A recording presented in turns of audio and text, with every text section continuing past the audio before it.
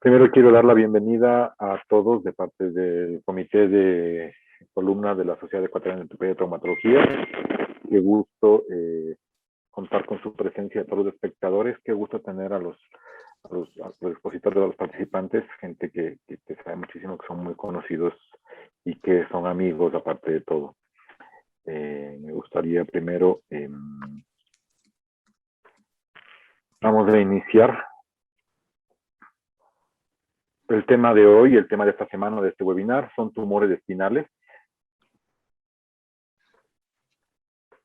Como ustedes pueden ver, tenemos un nuevo formato, una bienvenida al nuevo formato con una organización con el logotipo y con colores muy bonitos que hemos hecho nuevamente. El comité de columna ha organizado ahora el webinar sobre tumores espinales. Bienvenidos a todos. Los expositores que tenemos el día de hoy son el doctor Jaime Moyano. En su formación académica tenemos en el posgrado de ortopedia y traumatología y cirugía de columna vertebral Santa Casa de Sao Paulo, Brasil, fellowship de cirugía de columna vertebral en la Universidad de Kentucky. Del perfil profesional tenemos presidente electo Silaco 2021-2023, presidente del comité de columna de la CEOT 2021-2023 y editor de la revista de la Sociedad Ecuatoriana de Ortopedia y Traumatología 2021-2023. A continuación, un gran amigo, Yago Ordóñez. Su formación académica tenemos como especialidad de traumatología y ortopedia en la Santa Casa de Misericordia, Oporto Alegre, Brasil. Su especialidad en cirugía de columna en Santa Casa de Misericordia, Oporto Alegre, Brasil. Su perfil profesional es médico tratante del Hospital Axis y miembro AO Spine. Tenemos expertos invitados. Lastimosamente, el doctor Javier Barzallo, por cuestiones personales, ha solicitado excusarse, no puede conectarse el día de hoy, pero tenemos con nosotros al doctor Harrison Sotomayor, cirujano de columna.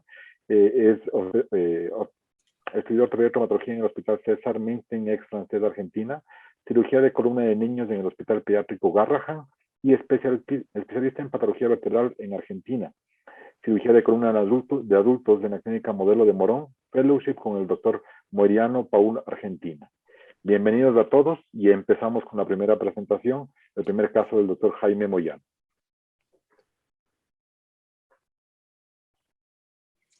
Buenas noches con todos, muy gentiles por participar y asistir en este segundo webinar del comité. Voy a compartir cámara.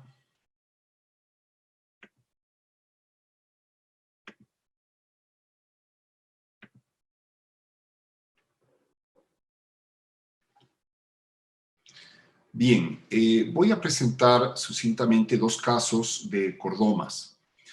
Esta es una patología infrecuente, aproximadamente, según las estadísticas, son del 2 al 5%, en promedio está alrededor del 3%, y esto hace que muchas veces su diagnóstico sea tardío, porque es una patología infrecuente. Es una paciente femenina de 49 años de edad que presenta cervicalgia y nucalgia de 5 años de evolución.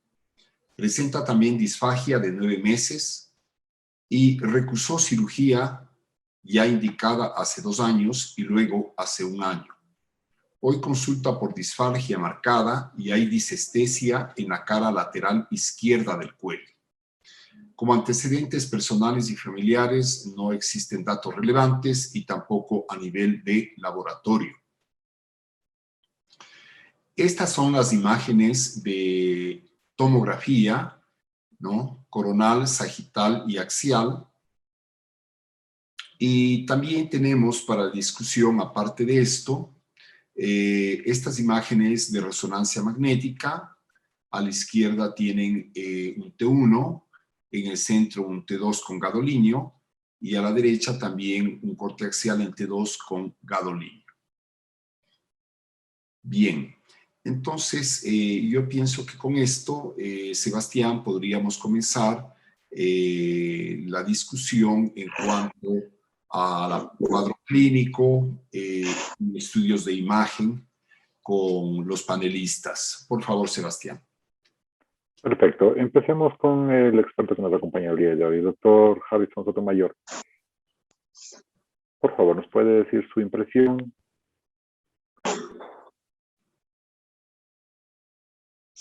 Ya, ahí lo que yo veo es un corte tomográfico, ¿sí? se ve una imagen osteolítica a nivel de la base de la odontoides entre el cuerpo y la base de la odontoides a nivel de C2, con una imagen calcificada, se puede decir una calcificación central al nivel, lógicamente, entre la base del diente y el cuerpo, y el cuerpo de C2. El cuerpo de C2, ya, y también se ve, creo que debe ser, me da la impresión que es, creo que es el C2, me imagino el corte, se ve como que también otra imagen, no sé qué corte será, la corte del corte axial, pero se ve también en el borde anterior izquierdo, anterior izquierdo también de la parte del cuerpo, me imagino que es el cuerpo de C2. Aunque sí, el cuerpo C2, imagino, tiene agujeros vertebrales y todo, imagino que es el cuerpo C2. Ajá, esa es mi imagen, lógicamente, se puede hacer ante la tomografía, ¿no? Sí. Tal vez en esta imagen podríamos comentar adicionalmente el aumento de diámetro del foramen del lado izquierdo, ¿no? Esto es muy propio de los tumores de evolución lenta y muchas veces puede entrar o confundir en el diagnóstico con un schwannoma, esta dilatación de el agujero, ¿no? De la vértebra C2 del lado izquierdo. Podríamos, por favor, jefe, poner la imagen de la resonancia. Jack, amigo, tal vez nos podrías dar tu lectura, tu impresión de lo que se logra ver en la resonancia magnética.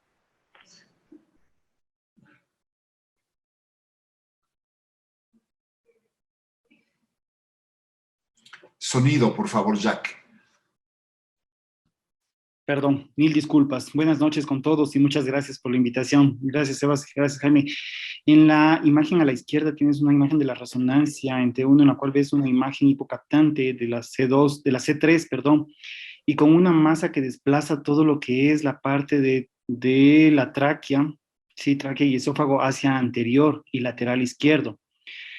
No hay compromiso de lo que se ve aparentemente del canal medular, pero sí un compromiso importante de expansión hacia adelante y lateral izquierdo, tanto en los cortes axiales como en los sagitales. Eso nos da para ver cómo es un crecimiento lento, como estaba indicando Jaime, y el compromiso que tenemos sobre el agujero de la arteria vertebral izquierda. Es muy definido, bordes bien definidos, se ven muy marcados. Eso es lo que más me impresiona sobre esa parte. Y el desplazamiento que ya genera muy importante hacia anterior izquierdo. Perfecto. Carlitos Robles, ¿nos podrías dar una impresión, tu análisis de la tomografía y la resonancia magnética?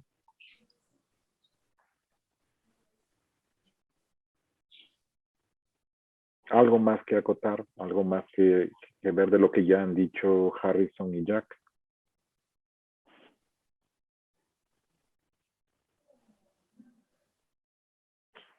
No se te escucha, Carlitos, estás sin sonido.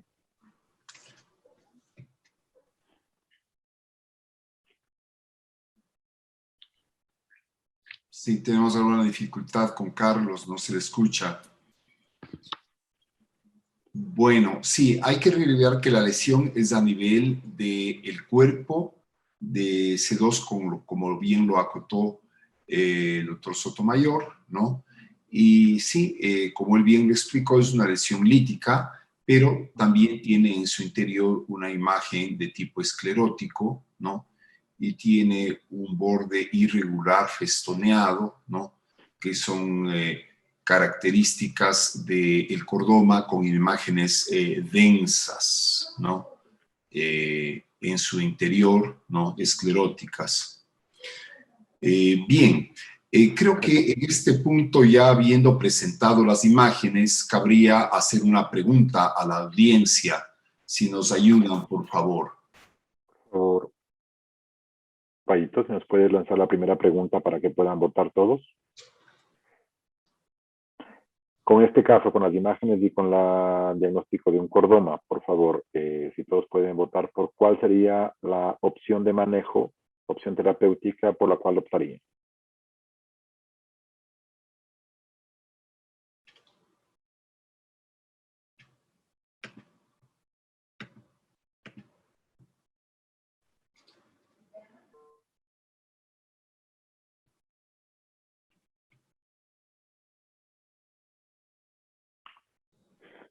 Pau, estamos 29 participantes. Me avisa cuando tengamos respuestas completas.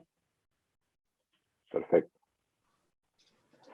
Tenemos radioterapia un 12%, cirugía por abordaje anterior un 53%, doble abordaje el 35%. Continuemos, por favor, doctor Moyano. Bien, entonces, continuando, realizamos un abordaje anterior en este caso, ¿no? Hicimos una incisión longitudinal en el borde anterior del esternocleidomastoides, del lado izquierdo, y fuimos casi hasta el ángulo de la mandíbula. Cuando se realiza un abordaje tan proximal de en el cuello, es importante tener mucho cuidado con el nervio hipogloso, que se lo ve aquí, ¿no? Para no lesionarlo. Este abordaje lo hicimos con bisturí armónico, con lo cual es mucho más fácil disecar la masa tumoral. Y complementamos haciendo una resección subtotal del cuerpo vertebral, ¿no? Más hacia el lado que estaba afectado, ¿no? En el cuerpo de C3, como había dicho Jack, y dejamos la lesión del cuerpo de C2 por ser hipointensa, ¿no? Y realizamos entonces una instrumentación, ¿no? De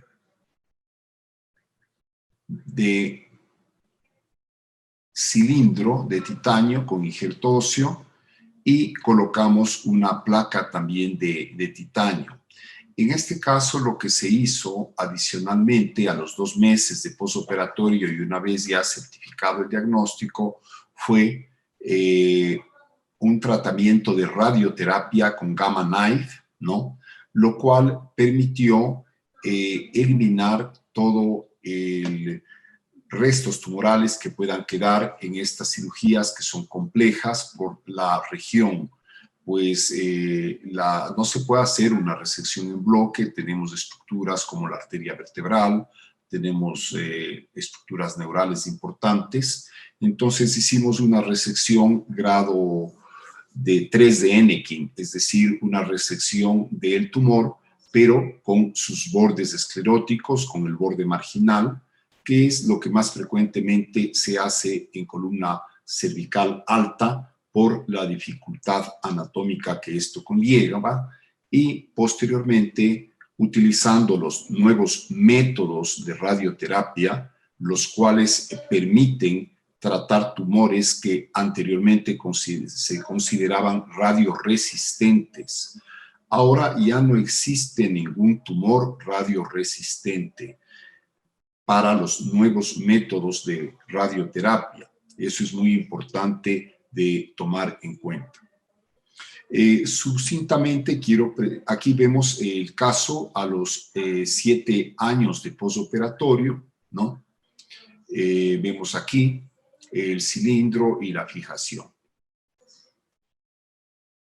Tenemos aquí otro caso más, que es en este caso un paciente masculino con dolor lumbar de 8 años de evolución. Yo quisiera tal vez presentar los 2 casos primero para tener los comentarios de nuestros expertos.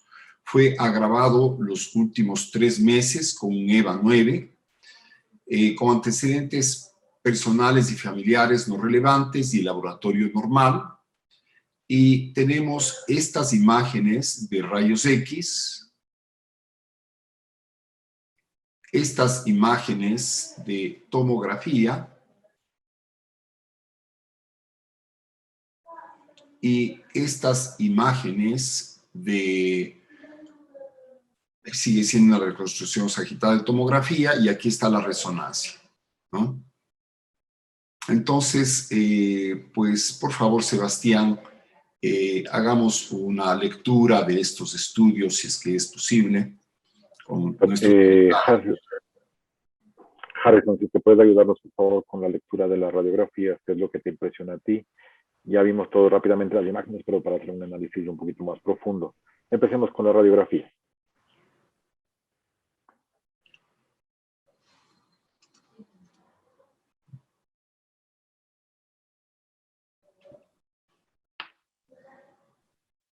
Harrison, estás sin micrófono. Ya. Ok, Ya, hola, sí. ahora sí. Gracias. Ya, en la radiografía sí se ve más claro, lógicamente nos quita la duda a nivel al corte lateral, se ve que hay una imagen osteolítica a nivel de 5432, a nivel del E2, se ve el borde del cuerpo que está osteolítico. No hay acuñamiento específicamente, pero sí se lo ve más que... Sí hay acuñamiento realmente comparado para la vértebra de arriba y la vértebra de abajo, sí un acuñamiento. Y se ve la imagen osteolítica en la parte anterior del cuerpo, en el corte lateral.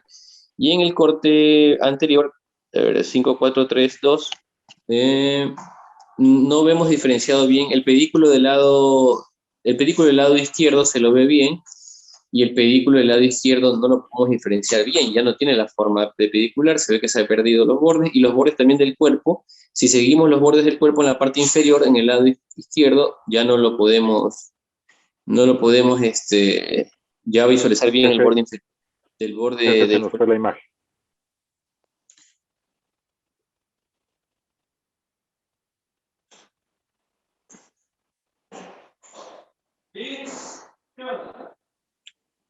Estoy en una charla, una charla. Ahorita ven. Jefe, se fue la presentación, jefe.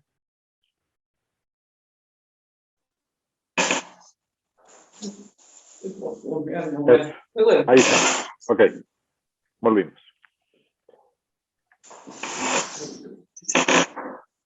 Listo. Ya, listo. Harrison. Entonces como vemos, si seguimos la línea de los bordes escleróticos de los huesos, normalmente a nivel del cuerpo, del borde inferior del E2, seguimos el borde inferior y vemos que no termina, se ve que le falta un pedazo del borde, no sé si la radiografía está del lado derecho o izquierdo, pero no veo bien la parte, pero imagino que está como lo presentamos nosotros, no, está del lado derecho, o sea, del lado derecho está del lado izquierdo. La derecha está a la izquierda y la izquierda está a la derecha. Porque aquí en la esquina inferior derecha vemos que dice derecho. Entonces sería el lado derecho. Entonces el lado derecho, el borde derecho, se ve que no está continuo, se ve que hay una osteolisis importante porque no se ve el borde definido. El borde inferior izquierdo no se lo ve, el pedículo no se lo ve bien, y el borde lateral derecho tampoco hay una osteolítica realmente. De ahí nada más. Perfecto. Una curva por dolor, nada más. Perfecto, muchas gracias, Harrison. Jack, ¿me puedes ayudar, por favor, dando tu opinión de lo que se puede ver en la tomografía? Ok, Sebas, en la tomografía tienes la confirmación de la imagen osteolítica ya a nivel del cuerpo de la 5-4, de la 3, de la C2, pero me llama la atención también en los cortes laterales de que hay un compromiso a nivel del pedículo, que inclusive nos daría para pensar de que faltan las espinosas de la 12-1, la 2-3, la 4 inclusive, que eso nos daría para pensar inclusive en una clasificación de tomita mucho más avanzada, un tumor más expansivo. Sí, en los cortes axiales se ve un compromiso importante, un desplazamiento de los grandes vasos inclusive, y de la parte del riñón da la impresión hacia el lado derecho. Ok. Ese lado. Perfecto.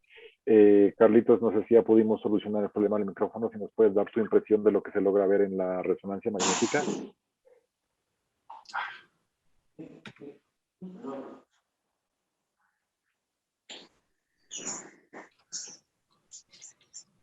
¿Estamos, Carlitos? ¿Estás contigo? ¿Puedes?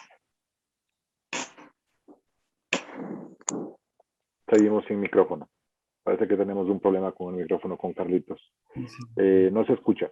Bueno, en principio, hasta que Carlitos solucione, les puedo dar yo mi impresión de lo que se logra ver. Tenemos una imagen lítica que está afectando el cuerpo del E2, específicamente del lado derecho del cuerpo. Vemos una masa expansiva que va invadiendo en el corte coronal. Logramos ver cómo está afectando al psoas. y en la parte, en el corte sagital vemos la parte del proceso inflamatorio y la afectación del cuerpo vertebral. Parecería ser en esta imagen del corte sagital que ya estamos con una afectación del canal medular, y vemos también como, tal como decía Jack, se ve afectación de los grandes vasos con desplazamiento de los grandes vasos. Nada más. Jefe, ¿alguna acotación respecto a las imágenes? Sí, tal vez un comentario de que realmente las espinosas no aparecían en ese corte a consecuencia de la escoliosis, pero ya en el tratamiento se identificó que la vértebra tomada era exclusivamente la vértebra lumbar 2. Perfecto. Entonces, yo creo que sí, que seguimos el mismo formato del primer caso. Pau, si es que nos puede ayudar con las imágenes y con el análisis que hemos hecho, puede lanzar la pregunta para que los participantes puedan decirnos qué opción tomarían, qué opción harían en el momento con lo que tenemos del caso.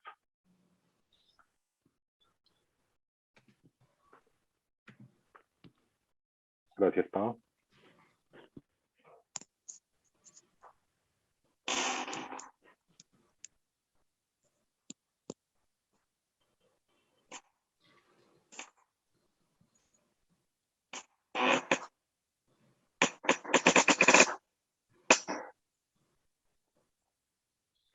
Perfecto, muchas gracias. Tenemos 8% escogido radioterapia, el 23% cirugía por abordaje anterior y el 69% cirugía por doble abordaje.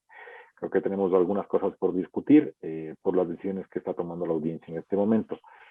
Por favor, continuemos, doctor Moyano, jefe. Bien, perfecto. Entonces, en este caso, nosotros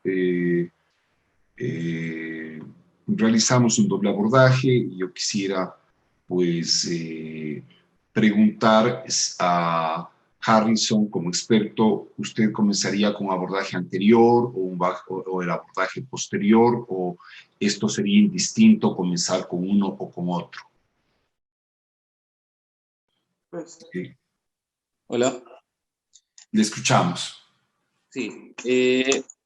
Yo elegí doble abordaje porque yo creo que este tumor para mí puede ser bastante resecable. Yo creo que si uno viene a resecarlo, lógicamente de ley tienes que tomar el pedículo. Probablemente, no la aprecié muy bien la imagen, probablemente también esté las articulares del lado derecho. Entonces yo creo que esa parte tú la abordas bien por atrás. Y yo creo que, o sea, yo me atrevería a poner doble abordaje para estar más seguro, pero realmente me siento bastante seguro por abordaje también posterior, para hacer ese tipo de resección. Pero pensando probablemente en la patología que estamos tratando, se dice que lógicamente que el abordaje, entre más sea resecable, es mucho mejor, sin duda el pronóstico.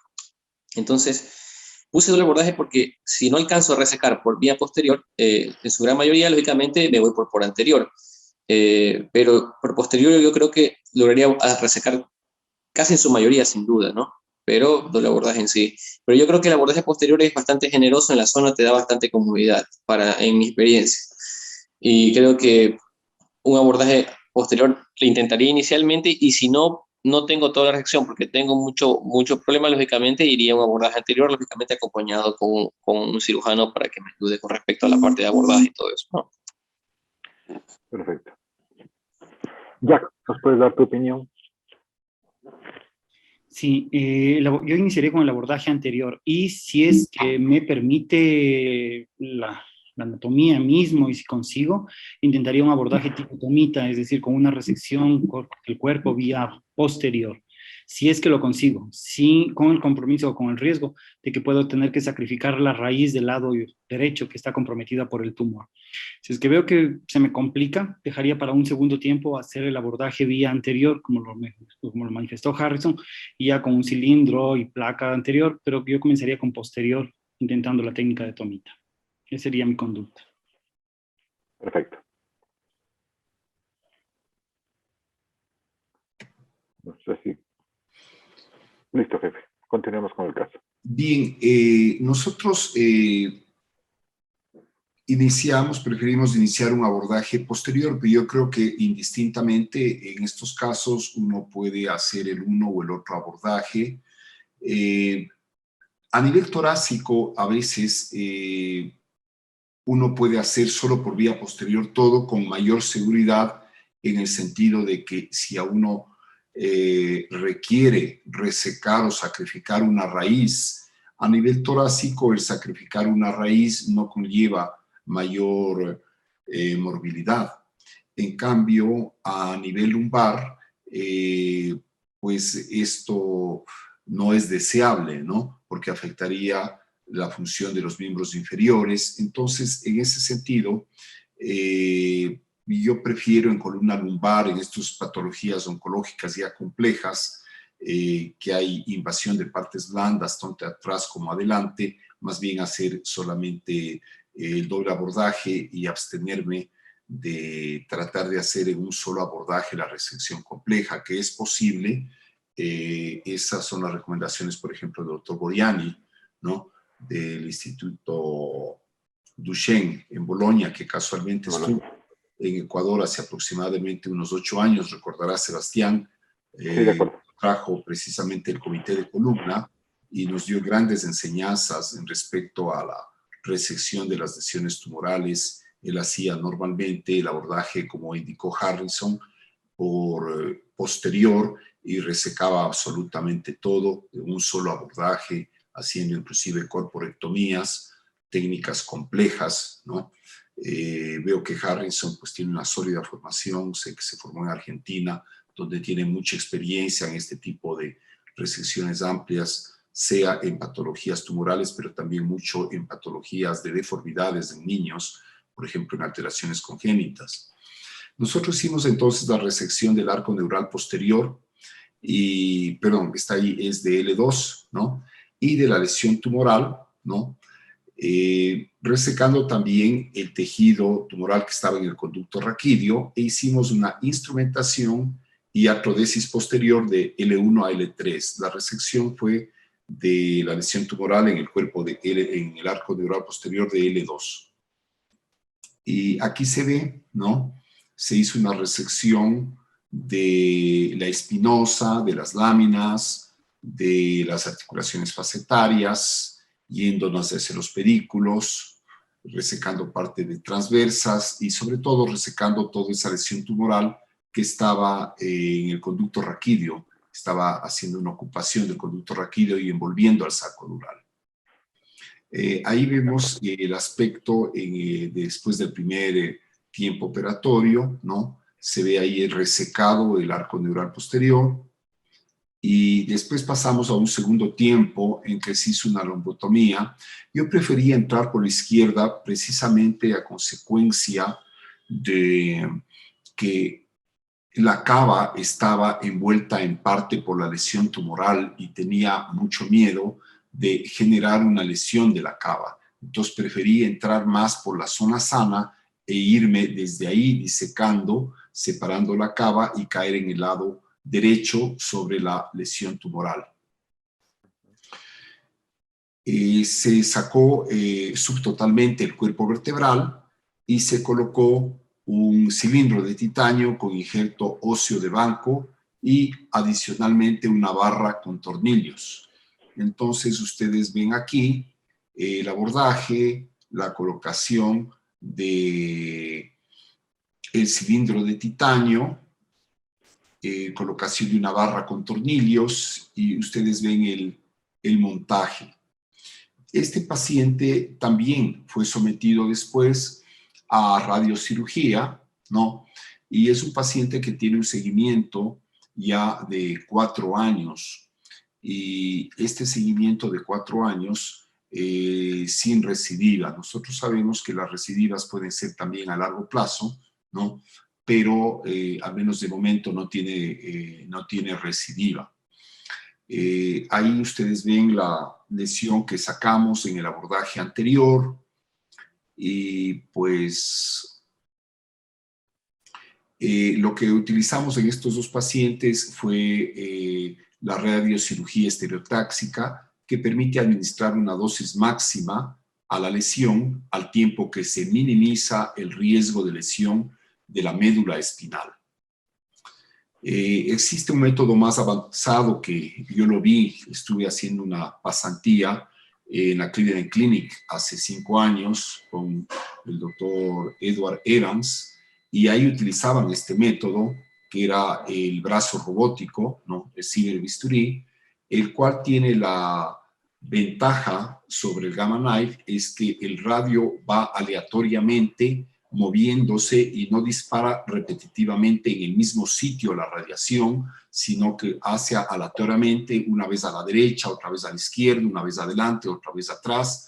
Entonces, de esta manera se pueden utilizar dosis más altas de radioterapia sin generar un efecto de lesión en estructuras nobles, en este caso de médula espinal.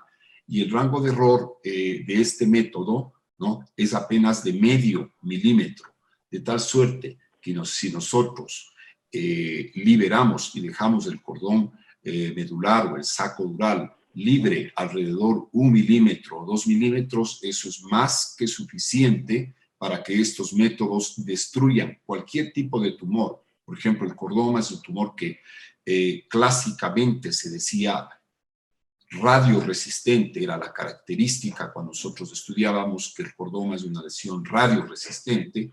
Ahora sabemos que con estos nuevos métodos de radioterapia se lo puede destruir, pero necesitamos dejar un espacio de separación entre el saco dural y la lesión tumoral, y para eso hacemos una cirugía subtotal. Esto es importante anotar las indicaciones para radiocirugía. Lesiones progresivas sin afectación neurológica o con afectación mínima, lesiones múltiples, lesiones inoperables, contraindicaciones de cirugía por morbimortalidad y como adyuvante de la cirugía, que es el método que nosotros utilizamos. Hacemos la resección subtotal, dejamos libre el saco dural, generamos una estabilización mecánica y entonces viene la radiocirugía. Y como contraindicaciones tenemos la compresión neurológica significativa y deterioro neurológico consiguiente. En este caso, nosotros debemos inmediatamente someter al paciente a una cirugía, es una emergencia, incluso no debemos pensar en hacer una biopsia, esperar el resultado de la biopsia. Si el paciente está con un deterioro neurológico, nosotros hacemos la descompresión, sacamos la lesión tumoral, estabilizamos la columna y después se verá el diagnóstico oncológico y el tratamiento ya específico. Inestabilidad vertebral marcada es otra contraindicación, déficit neurológico causado principalmente por compresión ósea, y si la médula espinal ha recibido anteriormente la dosis máxima tolerada de radiación. Para nuestro interés, los casos de tumor con fracturas, con inestabilidad, con compresión medular, con daño neurológico, primero deben ser tratados quirúrgicamente y luego se complementará el tratamiento con la radiocirugía. Actualmente se están utilizando la inmunoterapia, células madre, inclusive una vacuna antifactor Brochuri, ¿no?, que pueden ser muy útiles a futuro para el tratamiento de cordoma. Existen 2 investigadores en España, en el Hospital Vall d'Hebron, que están específicamente trabajando en este campo. Y nosotros presentamos con Sebastián de la Torre y con la doctora Yajaira Castro, que se formó precisamente en Barcelona, un artículo sobre cordoma que pues ya fue aceptado por la Sociedad Colombiana y entiendo que sale en el próximo número. Esto sería pues lo que yo quisiera haber presentado el día de hoy, recordar esta lesión y sobre todo la actualización en cuanto a su tratamiento, ¿no? Sería bueno los comentarios de nuestros colegas invitados. Harrison, ¿nos puede ayudar con tus comentarios respecto al manejo? Y usualmente, ¿qué harías tú en estos casos con pacientes con un diagnóstico de cordoma? Si estás de acuerdo, o cuál es tu cronograma o mapa mental el rato que tienes un paciente con este diagnóstico.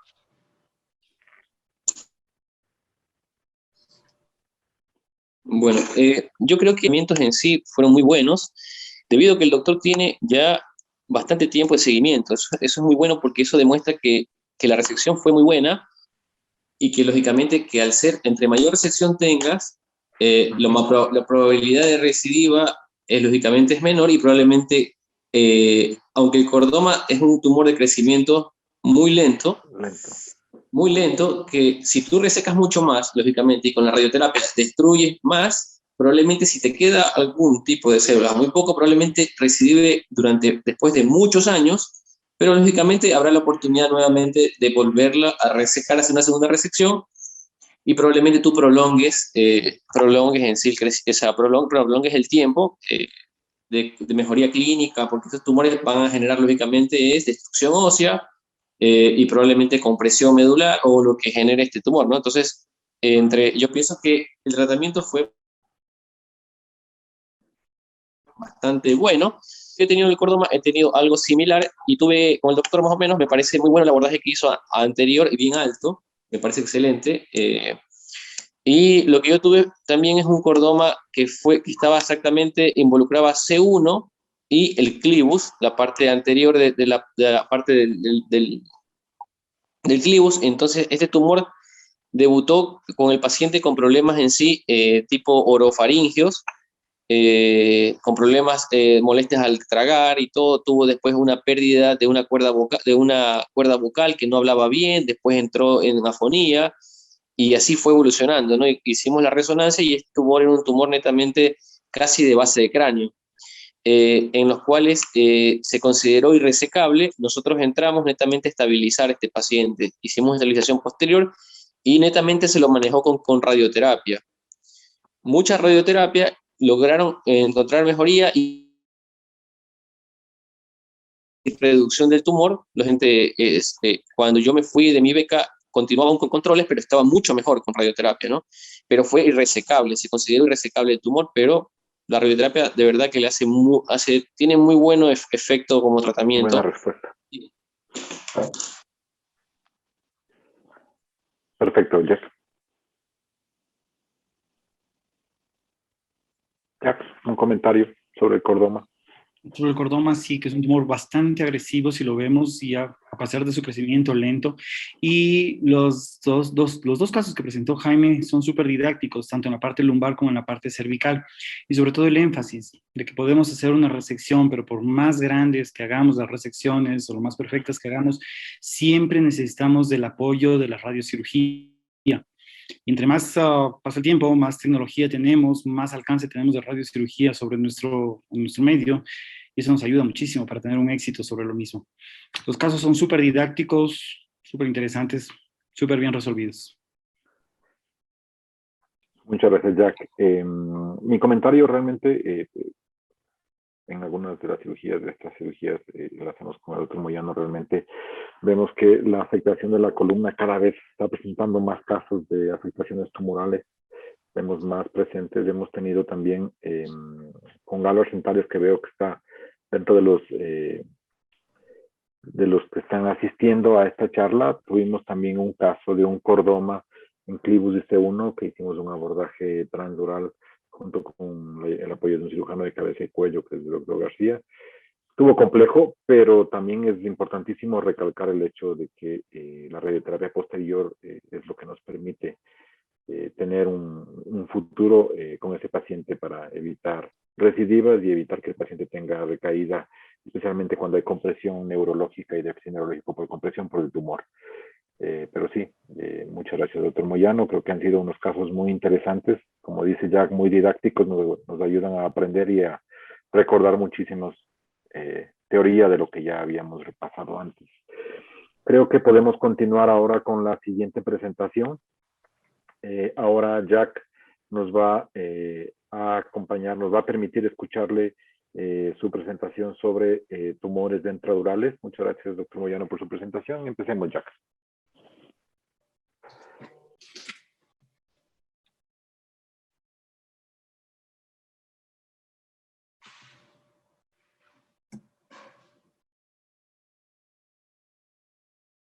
Mientras Jack va presentando, recordemos todos, a todos los participantes que pueden ir haciendo sus preguntas en el chat de preguntas y respuestas. Una vez terminada la presentación de Jack, Carlos Robles se va a encargar de ayudarnos para revisar las preguntas, de ir preguntando y respondiendo poco a poco junto con los panelistas las dudas y las preguntas que vayan surgiendo. Por favor, en el momento, bombardeen con preguntas, aprovechemos para aprovechar el conocimiento de los expertos y poder ir ganando más conocimiento todos. Muchas gracias.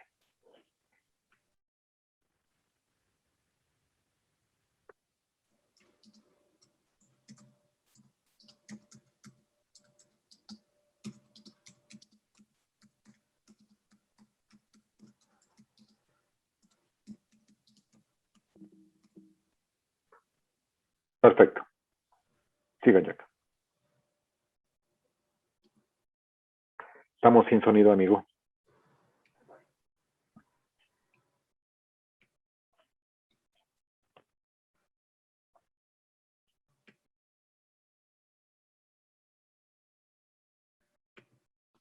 Ya.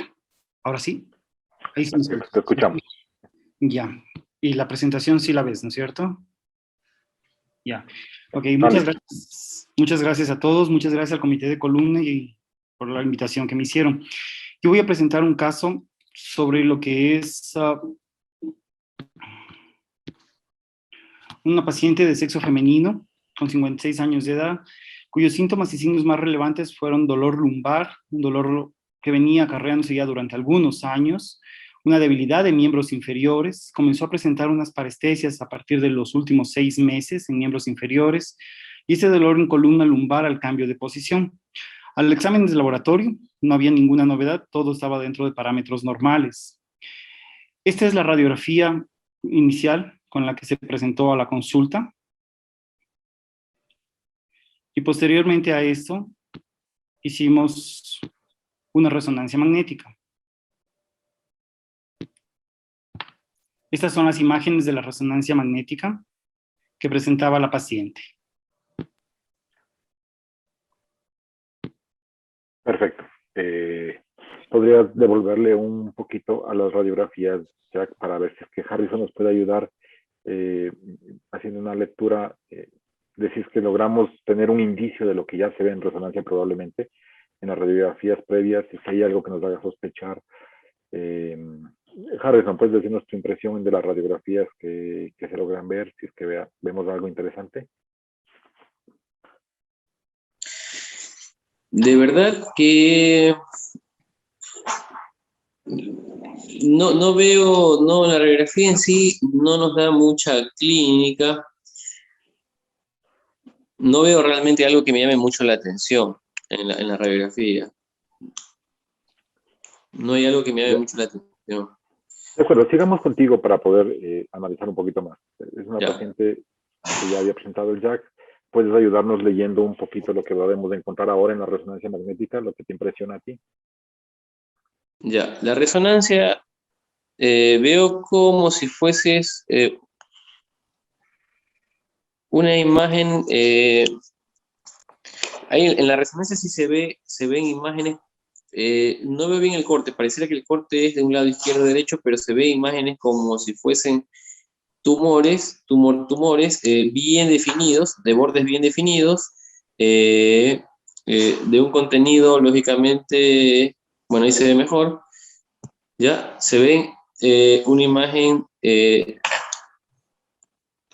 puede decir que hipointensa, de bordes bien definidos, y que ocupa entre la 5, 4, 3, 2, 1, entre T12 hasta L2, ocupa espacios, y de ahí nada más, no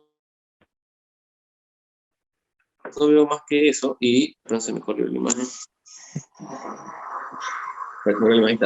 Y ya en el corte axial sí se ve, ya aquí ya se cambia un poco el panorama y se ve que, lógicamente, se ve que es más central, ¿sí? Central, y se va hacia la derecha, y más desplazado hacia la derecha en ciertos niveles, en otros niveles es netamente central, sea, nos está dando, y vemos espacio a nivel externo, vemos espacio teóricamente de líquido cefalorraquídeo del lado izquierdo que hay, y se ve que están bien definidos los bordes medulares, ¿no?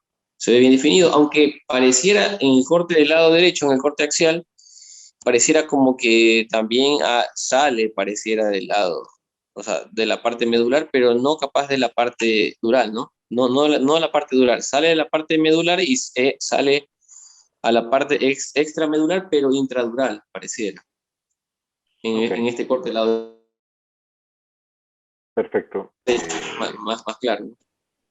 Perfecto, perfecto, Harrison, muchísimas Y gracias. no sé si también orada, o no sé si estará mal el corte, capaz que orada un poco el pedículo del lado derecho, pareciera, En los pero cortes no creo. sagitales parecería que invadía los pedículos. Doctor Moyano, ¿nos puede dar su impresión, por favor, viendo la resonancia magnética? Sí, a mí por las características me parece más una lesión intrarraquídea intradural, ¿no? Se ve una lesión múltiple que se prolonga hacia caudal Uh-huh. a nivel aproximadamente de la transición toracolumbar, 5, desde T12, borde inferior de T12 hasta L2, es decir, a nivel de cono medular, prácticamente final de médula y cono medular. De acuerdo. Este tipo de lesiones en esa zona, pues habría que pensar en un lipoma a nivel de cuerpo se podría pensar también en un neurofibroma, sería tal vez las dos características más típicas. Generalmente son tumores de crecimiento lento, ¿no? Que van dando este tipo de características, pues si bien es cierto en los tumores óseos nosotros siempre realizamos una biopsia que generalmente no la hacemos nosotros en la mayoría de los casos, sino quien hace es el radiólogo, ¿no? Guiado por TAC, pero en este caso, pues por supuesto no se realiza ninguna biopsia, sino se va directamente a la resección quirúrgica. Perfecto. En base a las imágenes, sí, se planteó cuál era el diagnóstico. Como dijo Jaime, se plantearon algunas hipótesis. El informe de la resonancia hablaba sobre un ependimoma, ya, y la conducta era hacer la biopsia, pero una biopsia excisional. Entonces, en base a esto, sí, había también que tomar en cuenta qué diagnósticos diferenciales podíamos tener. Inicialmente, dentro de del diagnóstico también se cogitó lo que era un schwannoma, la posibilidad de un schwannoma, y trabajamos bajo la hipótesis de un schwannoma. Dentro de los diagnósticos diferenciales que se hablaba, estábamos el neurofibroma que mencionaste, el ependimoma mixopapilar, un meningioma, inclusive la posibilidad de fragmentos distales extruidos, sueltos, un tumor neuroblástico o una carcinomatosis leptomeningia. Todo eso entraría dentro de lo que es el diagnóstico diferencial de esta imagen que vemos aquí. Igual, es un crecimiento muy lento y que fue muy paulatino, pero el último semestre ya generaba molestias en la paciente. El schwannoma, ¿qué es? Es un tumor espinal que surge de las células de revestimiento de las células nerviosas de la columna vertebral, se forma alrededor del tejido de la vaina de mielina. Por lo general también se lo llama neurinoma o neurilemoma. Es más frecuente entre los 30 a 60 años de edad, es indiferente entre hombres y mujeres, ocupa un 30% de los tumores primarios de la columna vertebral. Habitualmente se lo ve como, es solitario, justamente lo que mencionaban, como una forma de un reloj de arena, y a menos de que forme parte de un síndrome de tumor hereditario, estaría en más de uno. Crecimiento muy lento y una degeneración maligna muy infrecuente que puede alcanzar hasta un 2.5% de los schwannomas. Y una vez que se hace la resección quirúrgica, este ya no va a recidivar. El tratamiento. ¿Qué pensábamos hacer de tratamiento? La resección quirúrgica completa, la radiocirugía, como mencionó Jaime en los casos anteriores, o una microcirugía. Pero, en fin, en base a la afinidad que tengamos cada uno, la idea era hacer una resección completa del schwannoma. El abordaje que hicimos por seguridad y para sentirnos cómodos, y se hizo una instrumentación posterior para darnos mayor estabilidad, y con eso hacer una laminotomía muy amplia. Se hizo la durotomía, comenzamos a hacer la resección, y ahí vemos cómo conseguimos ir sacando en forma gradual este schwannoma. La imagen que ustedes ven ahí también sobre la parte superior a las 12, más o menos a las 12 y hacia cefálico, es la raíz de la T12 del lado izquierdo, que estaba comprometida sobre esa zona. Hicimos una divulsión, una disección muy cuidadosa y conseguimos liberar la raíz nerviosa sin que haya un compromiso de la misma.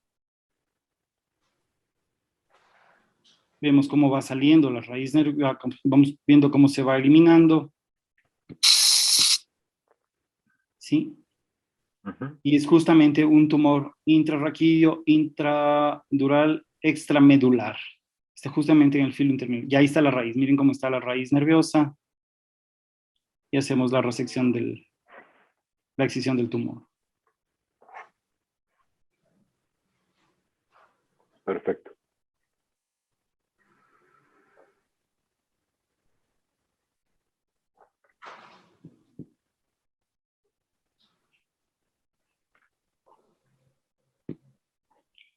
Excisión total ya del tumor.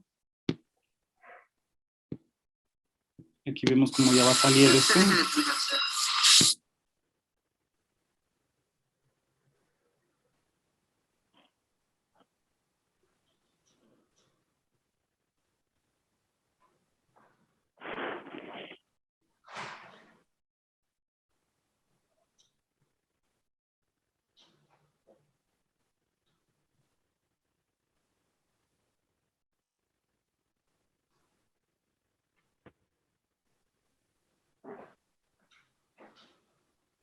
Y se consigue finalmente la liberación completa de la raíz T12 izquierda y la excisión completa. Y miren cómo es multilobulado.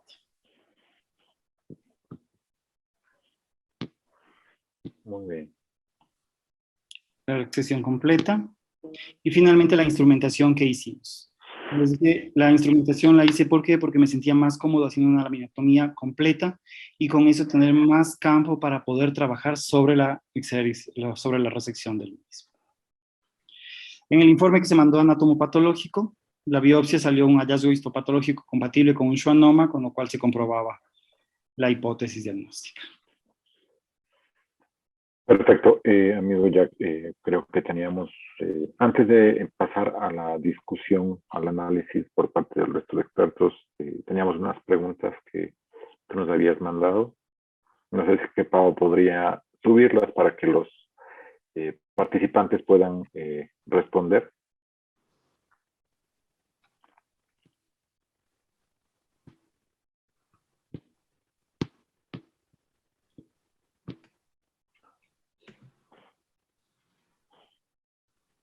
Perfecto.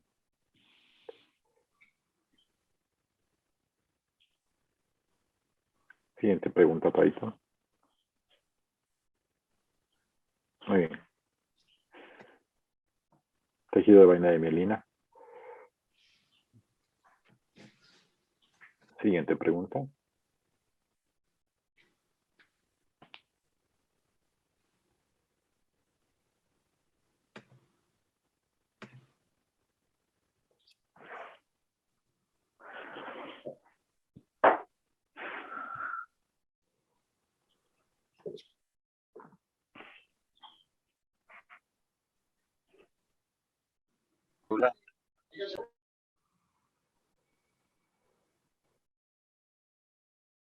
Perfecto.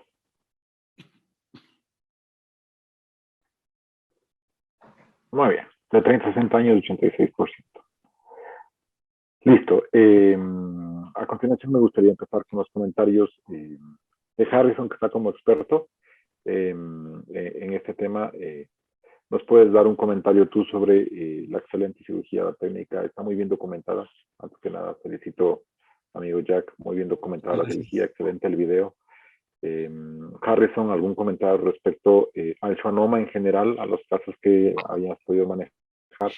¿Cuál es cómo los manejas? ¿Qué opciones tienes? Y un comentario respecto al caso que ha presentado nuestro amigo. Ya, voy a tratar de ser bastante sincero en este aspecto. Los tumores, teníamos nosotros tumores, cuando eran intradurales, los dejábamos casi siempre que operen en neurocirugía y nosotros estábamos presentes y nosotros nos encargábamos lógicamente de ver procedimientos, estábamos ahí y nos encargábamos de la estabilización, ¿no? Nosotros como parte de la lesión, sí, los vi resolverlos, vi que los sacaron, vi que los hicieron, pero lógicamente no es una experiencia mía, sino una experiencia, en este caso, compartida, se puede decir. Me daba cuenta que al ser lobulados y al ser bien diferenciados, estos tumores se puede decir que no tienen tanta dificultad de resección porque son tumores que tienen, digamos, una buena definición, están bien delimitados y eso hace que la resección sea, sea bastante, se puede decir, bastante, no tan complicada, se puede decir, o puede ser total, o una resección total del tumor, debido a que tienen se puede decir, bien diferenciado, se puede decir, y eso hace clasificar totalmente. ¿Ya? Lo que sí a veces nosotros, o yo hacía, o he hecho también, por ejemplo, otro tipo de tumor, como por ejemplo los meningiomas. El otro día yo hice un meningioma, pero no es porque lo quise hacer, sino que parecía que no era, parecía que era extradural, y lo hice porque ya estaba abordado y esto lo estaba haciendo, y de la anatomía patológica me salió que era un meningioma, ¿ya? Entonces, pero en sí yo no me meto a la parte de lo que es intradural. Normalmente lo respeto y lo suelo hacer con un neurocirujano si es que me meto yo, ¿no? Pero sí lo he visto en la resección y en este caso lo veo que fue bastante, el manejo fue muy bueno, vi que tuvo un buen manejo y una buena resección, personalmente me pareció excelente. La estabilización fue buena para mí, suficiente o sea, ahí me doy cuenta aquí abordó alguien que sabe de columna, porque a veces, no, yo lo que he visto, a veces neurocirujanos que abordan solo, por ejemplo en Argentina, es que ellos hacen laminatomía ampliadas y lo que hacen es poner plaquitas, sacan toda la lámina, conectan la lámina y ponen plaquitas de fijación de la lámina nada más, unas plaquitas, y eso normalmente no es una buena estabilización realmente. Entonces me di cuenta que está atornillado y para mí los niveles necesarios, ni más ni menos, porque a veces si tú no tienes que romper ni faceta superior ni ni la faceta inferior, no es necesario hacer más allá y atornillar más allá tampoco, ¿no? Me parece que fue muy bueno respecto a la técnica, así que me pareció excelente el caso. Muchas gracias, Harrison. Doctor Moyano, no sé si nos puede dar su opinión respecto al caso y al manejo del schwannoma cuando tenemos algún caso de este tipo. Sí, este es un caso muy ilustrativo, realmente. Gracias, Jack. Es un caso que nos muestra realmente cómo se debe trabajar en un schwannoma. Generalmente, en estos casos intradurales, trabajamos en equipo, cirujanos de columna de la línea ortopédica y cirujanos de columna de la línea de neurocirugía. Pienso que los que yo he tratado generalmente han sido lesiones que han tenido una proyección, digamos, a través de la raíz nerviosa y a través del foramen hacia el exterior de la columna, y pues por ser lesiones de muy lenta progresión generan una dilatación del foramen, lo cual les hace característicos, situación que en este caso no se dio, pues porque más bien la lesión tumoral seguía el trayecto descendente en la cola de caballo. Si uno lo reseca totalmente, pues la lesión no tiene recidiva. A veces, dependiendo del tiempo de evolución o de la localización, podría dejar algo de dolor neuropático. Pero eso es más, sobre todo, cuando está en el foramen y genera una compresión en el anillo óseo del foramen larga de la raíz nerviosa de largo tiempo, y entonces puede generar una afectación estructural de la raíz que puede dar dolor a largo plazo. Pienso que en una lesión intradural pues hay espacio y ese tipo de complicación le veo poco probable. Perfecto. Carlitos, no sé si nos quieres dar una opinión respecto al caso. Buenas noches. Creo que ahora sí ya tengo... solucionamos el sonido. Chévere. Perfecto, sí. Tuve que hacer ciertas cosas. Primero, buenas noches a todos y qué pena este inconveniente técnico. Ofrezco disculpas a cada uno de los participantes. No te preocupes, Sí, puede pasar. Gracias. Primero, felicitar a los expositores. Son 3 casos bastante ilustrativos que nos enseñan mucho. Y de esas siempre surgen preguntas, sobre todo para los cirujanos jóvenes que estamos con una curva de aprendizaje y siempre y cada día se aprende mejor algo nuevo y también con haciendo las cirugías uno realmente va aprendiendo cosas que no lo pudo, cosas técnicas, trucos durante una cirugía, perlas para poder optimizar el tratamiento quirúrgico. En este caso específicamente que presentó el doctor Ordóñez, yo lo veo que es lo que se debió hacer. Es un caso bastante bien resuelto. Y aquí me surge una pregunta y se la planteo a los expositores.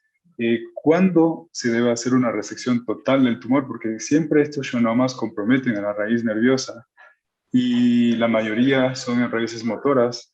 Si mal no estoy, más de un 80% comprometen a la raíz motora. Y cuando esa raíz es importante en el movimiento clave de una región de las extremidades, ¿cuándo se debe hacer una resección total o una resección parcial pensando o sea, tratando de no sacrificar la raíz nerviosa cuando se toma en consideración la movilidad, como lo indiqué antes, porque cuando no se hace una resección total, en cambio, puede o hay el riesgo mayor de que se recidive el tumor. Esa sería una pregunta personal. Hola Carlos, buenas noches. Sí, justamente lo que había mencionado Jaime hace un momento. El tratamiento, la idea es de que sea una resección completa. Sin embargo, al mencionar la raíz motora, el problema sería ese. Perderías movilidad, perderías funcionabilidad a nivel de lo que es lumbar. La radiocirugía sería complementaria para poder conseguir una resección lo más milimétrica posible y lo más satisfactoria y completa posible. Hay que recordar, los schwannomas van de la parte de la raíz dorsal ya y son de un crecimiento muy lento. Entonces, eso te daría tiempo para pensar, si es que es el caso, una nueva resección en un futuro muy lejano. Pero si no conseguimos una resección completa, el complemento con radiocirugía nos ayudaría. Gracias, doctor. Perfecto. Gracias, Jack. Muchísimas gracias. Creo que ya nos estamos alargando un poquito, entonces vamos con las preguntas de los espectadores. Vamos en orden para poder ir analizando las preguntas en base al expositor. Carlitos, ¿quieres leer las preguntas? ¿Las leo yo? Sí, encantado, Sebastián, las leo yo. La primera pregunta dirigida hacia el doctor Moyano por el caso que presentó hace referencia a la importancia de la angiografía que tiene cuando uno quiere descartar o ver con más detalle si está o no comprometida la arteria carótida cuando existe un tumor a nivel cervical, en este caso el cordoma que presentó. Y uno de los asistentes al webinar pregunta exactamente si se hizo angiografía para valorar la compresión de la arteria vertebral. Por favor, doctor Moyano. Sí, siempre que operamos columnas cervicales, lesiones tumorales, preferimos hacer la angiografía. Nosotros hacemos como una secuencia de la misma mielografía o a veces con una angiotac, según sea el caso. Y es importante, en este caso, tal vez no tanto por la carótida, pero sí por la arteria vertebral. Muchas veces uno se ve abocado a trabajar en ese sitio y podría producirse una lesión de la arteria vertebral, ante lo cual nosotros, si sabemos que a nivel del polígono de Willis existe una suficiencia de una sola arteria, entonces nosotros podemos ligar la arteria vertebral. Esto también es importante cuando operamos columna cervical por abordaje posterior, a nivel cráneo cervical, pacientes reumáticos, por ejemplo, donde se puede provocar una lesión de la arteria vertebral a nivel de C1, ¿no? Entonces, en estos casos, el tener el estudio que se lo debe hacer de rutina permite, pues, diferenciar entre la necesidad de una reparación vascular o simplemente una ligadura.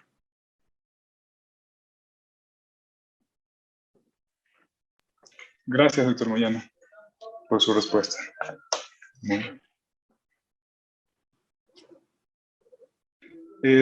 También existe otra pregunta por parte de los participantes sobre las biopsias. Justamente para usted, doctor Moyano, debido a que en el segundo caso que presentó, a nivel de la columna lumbar, teníamos el caso de un cordoma, y preguntan si la biopsia es necesaria antes de planificar una cirugía o solo basta con las imágenes radiográficas de resonancia y tomografía para poder tomar una decisión terapéutica.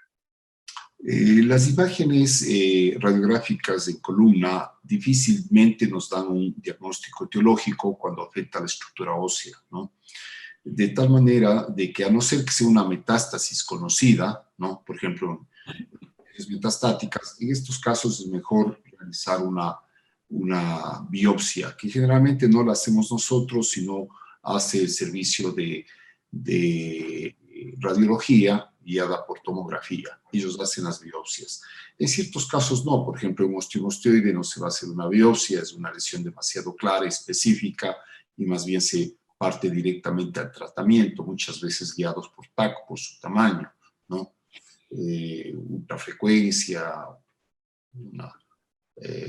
o una resección quirúrgica, pero muy focalizada, ¿no? Pero en lesiones óseas primarias, lo ideal y lo que se debe hacer siempre es la biopsia. Ahora, muchas veces la biopsia, eso es importante saber, pueden arrojarnos un resultado negativo, ¿no?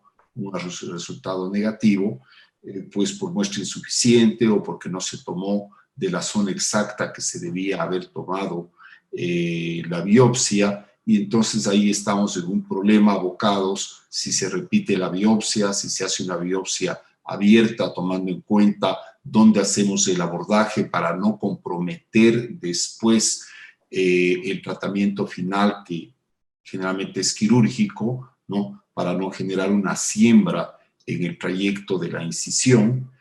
Y pues a veces podemos partir a tratamiento quirúrgico directo. Es importante que el tratamiento quirúrgico directo se pueda hacer sin biopsia cuando es un paciente que se encuentra en una emergencia neurológica, un paciente con un cuadro neurológico de rápida evolución. No debemos pensar en la biopsia, sino en la descompresión, estabilización de la columna, y después de 2-3 semanas, cuando tengamos ya el estudio completo, ¿no?, de la biopsia, incluidas pruebas de tipo inmunológicas, entonces definir con los oncólogos el tratamiento definitivo.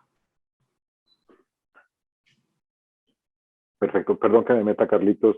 Antes de seguir con la siguiente pregunta, hay una pregunta que me ha mandado directamente al chat de los panelistas. William López está preguntando: según las respuestas a las preguntas sobre el tratamiento, más del 12% optó por un tratamiento inicial del cordoma con radioterapia. De no presentar alteración neurológica o inestabilidad, ¿creen que sea posible iniciar con radioterapia? A todos los panelistas, por favor, si nos pueden dar su opinión. Empecemos con el doctor Jack, y de ahí me da su opinión el doctor Moyano, por favor. Y de ahí Harrison. Sí, tú puedes comenzar. Bueno, o sea, la idea sería, de lo que entiendo que está hablando William, es de intentar hacer una disminución del volumen del cordoma. Por eso quiere iniciar con radioterapia y no hay compromiso neurológico. Es muy valedero. Estamos dentro de los parámetros que estamos hablando. Si es que conseguimos una resección, una disminución del volumen sin compromiso neurológico y sin que haya una inestabilidad, yo considero de que sí podría ser viable la radioterapia, la radiocirugía. Y después de eso se valoraría nuevamente si es que este disminuyó en verdad de tamaño o es necesario la resección quirúrgica del mismo, una biopsia excisional, para poder disminuir el mismo y estabilizar. Recuerda que siempre vamos a tener un criterio de inestabilidad porque va comprometiendo estructuras, está comprometiéndose el pilar anterior. Entonces va a ir a la cirugía. Muchas gracias. Doctor Moyano. Tal vez a Harrison sería bueno, Harrison, que nos dé su opinión. Usted Ya, te regreso, Harrison. Del clivus que tenía. El sonido, por favor. Estás sin micrófono, Harrison. Perdón, repítame la pregunta exactamente, Doc. Sí, tranquilo. Verás, nos habían preguntado que según la respuesta del tratamiento, cuando hicimos las preguntas de encuesta, el 12% optó por iniciar con radioterapia. En un paciente con diagnóstico de cordoma que no tiene inestabilidad mecánica de momento y que no tiene síntomas neurológicos, es decir, no hay compresión de estructuras neurológicas, si es que podrían optar por iniciar con radioterapia. Ok. ¿Qué piensas? El problema, ese era sobre los casos que presentamos ahora, ¿no? En general. O sea, en general. Ya. En general sobre el cordón. Yo creo que sí hay la posibilidad de resección para mí inicialmente con resección. Aunque no, depende el tiempo y cuál. Si un paciente que es bastante irradiado, es una piel y un tejido bastante friable, bastante problemático cuando tú vas a abordar un tejido irradiado. Entonces, yo creo que de entrada para mí, así reseques parte o una parte, algo, siempre se suma, o sea, siempre es sumado una resección. Entonces, si tú puedes sacar una parte o la gran parte o la mayoría o algo, se suma. Porque la radioterapia, después que el paciente cicatriza la piel, es un paciente indicativo ya para hacer radioterapia, porque si el paciente ni siquiera cicatriza la piel, la radioterapia va a tener problemas hasta para cicatrizar. Va a ser un problema. Para mí, primero indicativo es la resección y después la radioterapia. Sí, muchas gracias, Harrison. Doctor Moyano, su opinión, por favor. Sí, bueno, en relación al cordoma, tal vez la principal indicación de radioterapia como tratamiento único, más o menos entiendo que eso es lo que está preguntando William, si se puede tratar con radioterapia, sí. Por ejemplo, casos de lesiones en la base del cráneo, en el clivus, por ejemplo, recordemos que el cordoma tiene predilección también por esta zona, ¿no? El cordoma, que es un tumor de los restos de la notocorda, tiene mayor incidencia en base del cráneo, columna cervical alta y por otro lado abajo en el sacro. Entonces, estas lesiones de base de cráneo, muchas veces diagnosticadas tardíamente, pues se vuelven inoperables y el tratamiento pues debe ser la radioterapia y específicamente la radiocirugía, ¿no? Y yo le diría esa respuesta. En otros casos, Doctor. Claro, en ese caso justo fue un caso que yo comenté también, que tuvimos un tumor de una nena, de un tumor de clivus, y realmente como no fue posible el abordaje, no se pudo hacerlo. sí, exactamente. Pero sí es posible, exactamente. Pero en este caso sí, no hicimos estabilización porque según se destruyó la masa del cóndilo, del platillo del occipital, también se dañó, está destruida. El paciente estaba en tortícolis, así que se tuvo que hacer lógicamente la estabilización y no se pudo hacer resección en este caso, ¿no? Exactamente, es decir, cada caso es un caso aparte, ¿no? Otra cosa adicional que podríamos decir, por ejemplo, la radioterapia sola la podemos utilizar en pacientes en que por sus comorbilidades no tienen condiciones quirúrgicas. Entonces es otra indicación. E incluso en pacientes en estado muy avanzado terminal, en lo cual la radioterapia es solamente paliativa. Es decir, hay que analizar cada caso específicamente, pero yo diría así, a grosso modo, esas podrían ser las indicaciones más generales y claras del uso de la radioterapia exclusivamente. Perfecto, muchas gracias, doctor Moyano. Carlitos, puede seguir con la siguiente pregunta de Juan Diego Mora, por favor. Sí.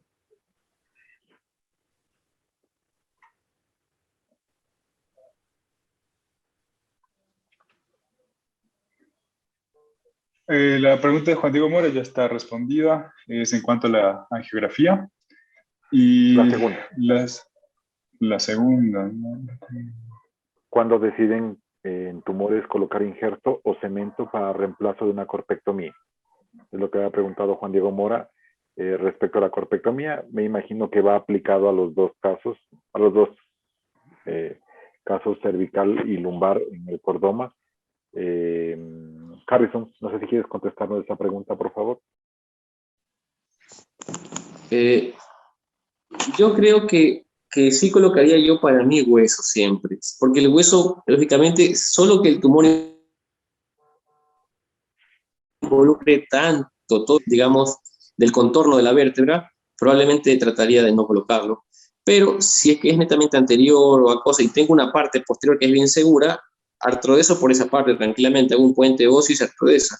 Nosotros hemos colocado por arriba de la osteosíntesis huesos de peroné de un puente óseo bien alto sin necesidad de tocar la parte, para tocar en contacto en sí con la columna, estar en contacto. O sea que para mí, el hueso para mí, si quiero tener una buena artrodesis, para mí es indispensable. Lo coloques pegado o un poco alejado de la parte de la columna, pero de ley te va a pegar. Ok, perfecto. Jack, ¿nos puedes dar tu opinión respecto al uso de injerto o cemento en corpectomías cuando hay resecciones tumorales?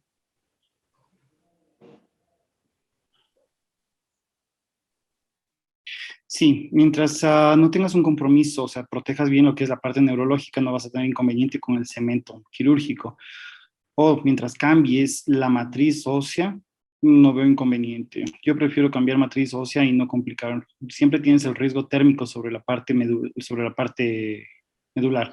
Entonces Sí, prefiero no tener ese riesgo. de acuerdo. Doctor Moyano. Sí, de acuerdo con los comentarios, yo adicionaría que depende de la expectativa de vida también del paciente. Si tengo un paciente que tiene una corta expectativa de vida, lo que a mí me interesa es darle una estabilidad para los meses que él va a vivir, y entonces, si por ejemplo va a vivir menos de un año, yo coloco simplemente cemento y no necesito hacer una artrodesis, es decir, no pienso en que se consiga una artrodesis, pero si el paciente tiene una sobrevida mayor a un año, definitivamente siempre utilizaría aporte biológico. Perfecto, muchísimas gracias. De ahí, Carlitos, tenemos algunas preguntas que van respecto al caso del schwannoma. Específicamente algunas del caso y otras sobre criterios de manejo de schwannoma. Creo que las específicas del caso podemos directamente preguntarle a Jack, y los de criterios del caso hablamos con el resto de expertos para poder tener su opinión y después con Jack. Sí, gracias. Para el doctor Ordóñez, nos hace una pregunta a un espectador, un participante, y se refiere básicamente a que si ya es referente a la técnica quirúrgica, si es siempre necesario hacer instrumentación cuando se hace resección de estos tumores intrarraquídeos, intradurales, y también si se utilizan o se pueden hacer hemilaminectomías. Y complementando a esta pregunta, si también se lo puede hacer por la laminoplastia. También si se puede resecar y no fijar y solamente hacer la laminoplastia como opción terapéutica quirúrgica. Por favor, doctor Ordóñez. Y Carlos, la verdad es, yo lo hice me sentía más cómodo, sí, para hacer una laminotomía, una laminotomía completa, y por eso, ante el riesgo de una inestabilidad que vaya a generar iatrogénicamente, yo prefiero instrumentar, con eso estoy más seguro de que no voy a generar un problema iatrogénico, sí, y depende mucho de la afinidad. Puede haber colegas de que pueden hacerlo por una laminotomía. Dentro de los criterios quirúrgicos estaba inclusive hasta por microcirugía. La finalidad es sacar todo el tumor y con la menor lesión posible a futuro que puedas generar por la cirugía. Por eso yo decidí hacerlo con instrumentación posterior y la laminotomía amplia, porque me daba mayor comodidad a mí. Por eso fue. Pero sí, se puede hacer, inclusive pueden hacerlo con laminoplastia o con laminotomía parcial. Sí, depende de la afinidad y de la destreza que tenga cada cirujano. De acuerdo. También hay otra pregunta un poquitín más de arriba que se nos Gracias, pasó, doctor. que dice, si es que le hiciste ya urodinamia prequirúrgica y postquirúrgica al tratarse de una lesión de filum terminal, según se entendía en el caso. Sí, estaba justamente en el film terminal a nivel de la T12 y estaba comprometida, en el video se ve la raíz de la T12 izquierda, pero la paciente no presentaba ninguna molestia a nivel urogenital, no se hizo estudio de urodinamia antes ni post. La paciente al otro día estaba levantada, micción, todo normal, sin ningún problema. Solo presentó la molestia en el transoperatorio, en el postquirúrgico, perdón, del área quirúrgica, pero neurológicamente no, justamente no presentó ninguna molestia, razón por la cual no hubo necesidad de hacerlo. Perfecto.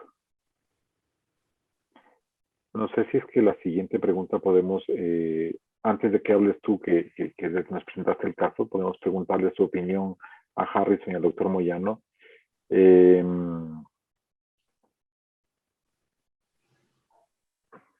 Hay una pregunta que dice, la imagen de la lesión no es característica de un schwannoma, más bien de un neurofibroma. Aunque el estudio patológico confirmó el diagnóstico, de todas maneras, por el antecedente de schwannoma, ¿ustedes creen que sea importante realizar estudios más avanzados genéticos con la posibilidad de una neurofibromatosis en un caso como este, que no es característico, por ejemplo? Harrison. El neurofibroma, este tiene un aspecto bastante como si fuese grasoso, ¿no? Tipo graso. Y es bien delimitado. El neurofibroma tiene un color más matizado. Un poquito, para mí, tiene una característica más matizada. Y ya siendo de ese gran tamaño, ese neurofibroma para mí ya se hubiese salido porque el neurofibroma, al crecer, normalmente crece para arriba, para abajo, para el costado y se trata de salir. Es para mí un tumor que trata casi siempre de salirse mucho, casi siempre vas a encontrarlo de ese tamaño, ya fuera del cuerpo vertebral. Ya es lo que yo he visto en mi experiencia, los neurofibromas de ese tamaño ya suelen estar afuera y la resonancia normalmente no es la característica clásica de una imagen. Perfecto. Doctor Moyano, ¿usted qué opina respecto a hacer investigaciones más profundas, pensando en alguna otra cosa más, al no tener una imagen característica de un schwannoma? Otra cosita también es que Dígame, también perdóname, la creo que le corté. neurofibromatosis también en la clínica, lógicamente el paciente tiene manchitas café con leche, tiene toda la clínica, lógicamente, característica de un paciente que tiene neurofibromatosis, ¿no? De tipo 1, ¿no? Perfecto.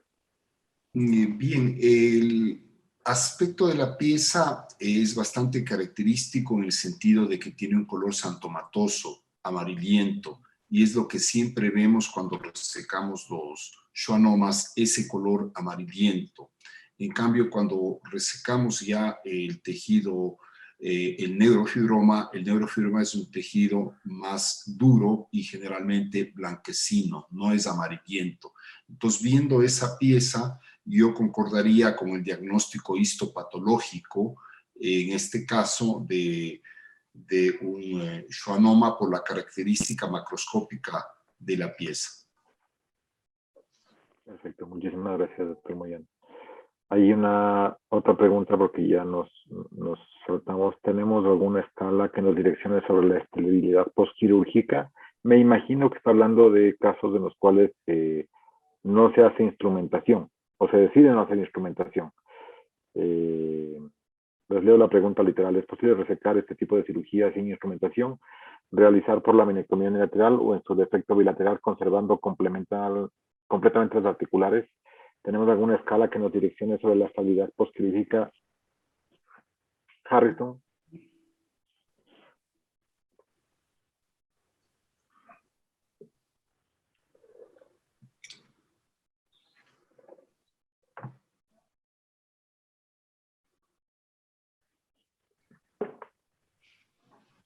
Bien. No, creo que estamos sin contestar esa pregunta. Doctor Moyano, jefe. En este caso concreto, yo hubiese realizado el mismo procedimiento, una laminectomía por comodidad, y tomando en cuenta que estamos en la charnela toracolumbar, zona en que cambia la sifosis torácica por lorosis y hay grandes fuerzas mecánicas, y yo hubiese también realizado esta instrumentación.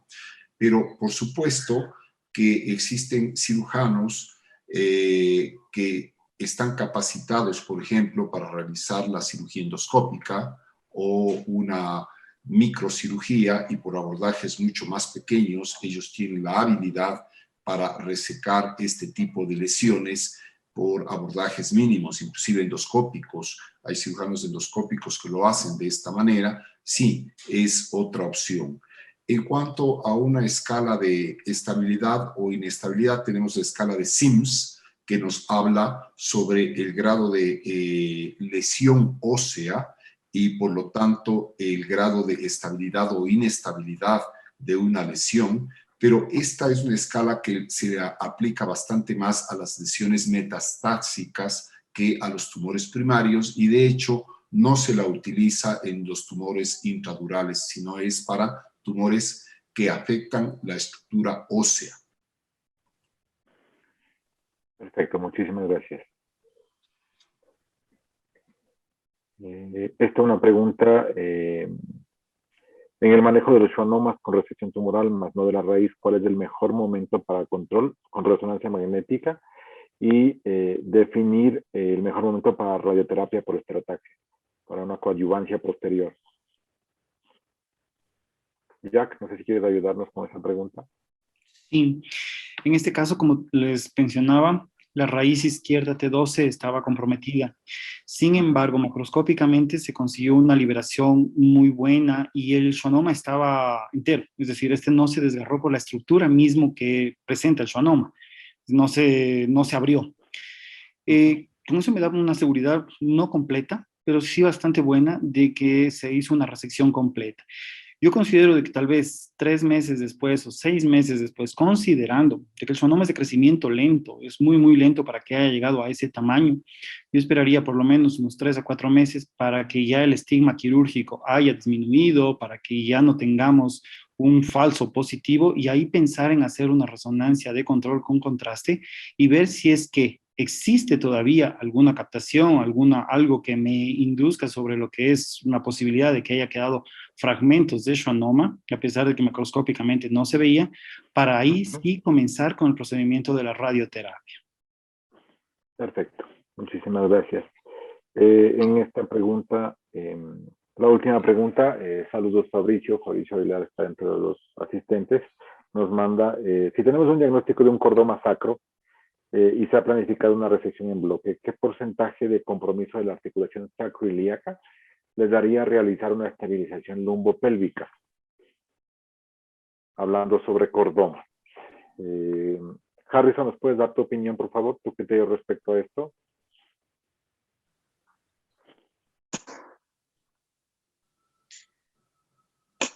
Yo creo que hay que ver bien la imagen, si es que la imagen está, lógicamente, de qué lado está. Me imagino que debe estar parcialmente comprometiendo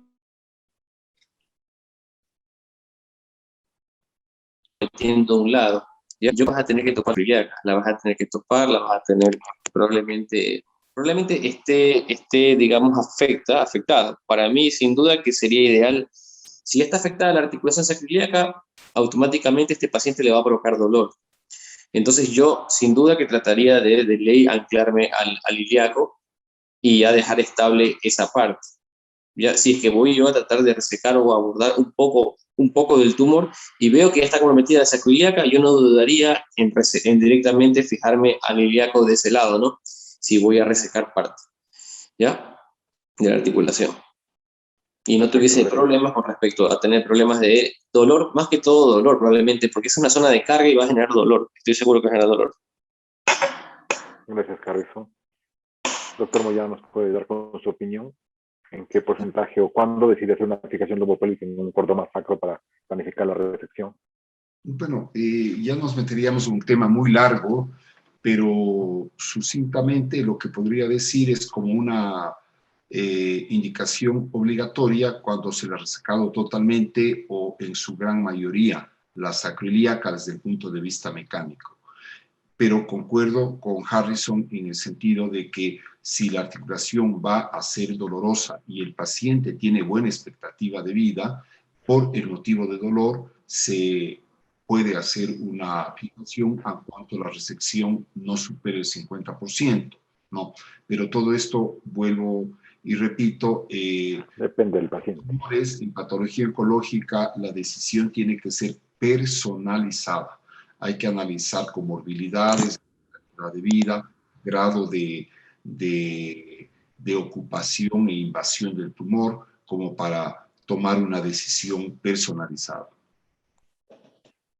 Perfecto, gracias, doctor Moyano. Jack.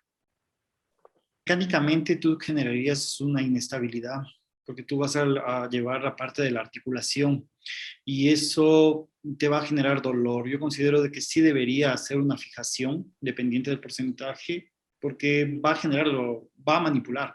Y en la hora que manipule lo que dijeron, va a generar dolor. Es preferible evitarte inconvenientes de inestabilidad. Yo preferiría la estabilización lumbopélvica. Perfecto, muchísimas gracias. Hay una última pregunta. Si han realizado una resección en bloque del sacro por cordoma, ¿colocan algo en el defecto óseo para proteger la ampolla rectal?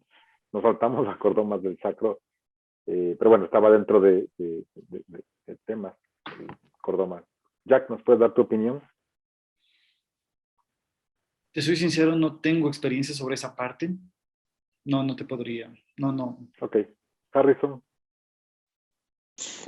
La pregunta está hablando cuando Haces una resección si es que colocas algo en el cuando defecto óseo para la proteger resección la está ampolla rectal. medial, imagino la parte baja del sacro. Me imagino que se refiere a eso. Lo que pasa es que es muy difícil analizar la pregunta sin tener un caso específico. Claro. Pero sí, la pregunta va orientada más o menos a eso, imagino yo. Claro, yo creo que en sí tú tratas de resecar lógicamente sin tratar de invadir hacia la parte anterior. Yo creo que el sacro en sí se presta a una resección parcial o se puede prestar, pero lógicamente sin invadir la parte anterior. Yo creo que no vas a tener ningún problema con respecto a eso. Si tú tienes las sacroiliacas completas y es bien bajo, probablemente no tengas problemas en respecto a estabilidad y nada de eso. Pero si es bien un poco más alto y te involucra la sacroiliaca, lógicamente vas a tener problemas. Con respecto a eso, probablemente tengas que poner algún tipo de soporte o algo por el estilo. Pero si es bajo, probablemente no tengas problemas, porque ahí la persona simplemente el sacro termina, no articula con nada y probablemente simplemente sea molestias o dolor de la parte ligamentaria o inflamatoria que tal vez ni siquiera colocaría algo específicamente como estructura ahí. Doctor Mariano, ¿su experiencia? Sí, lo que yo le diría es lo siguiente: si es que se hace una resección muy amplia y se tiene riesgo de que haya una eventación hacia atrás del sacro, se puede utilizar una malla de piso pélvico, como las típicas que se utilizan en la cirugía urológica de descenso de piso pélvico en mujeres. Puede ayudar. Perfecto. Muchísimas gracias. Yo creo que ya nos estamos alargando. Ha sido un tema muy interesante. Sé que todos quieren seguir conversando, pero debemos dar por terminada la reunión de hoy. Muchísimas gracias a los participantes, a los panelistas, gracias a todos los asistentes. Creo que se ha terminado con mucho éxito esta reunión de tumores de columna y de parte de la directiva, muchísimas gracias a todos por asistir. Gracias, doctor Moyano, gracias, Jack, gracias, Harrison, gracias, Carlitos. Muchas gracias por todos.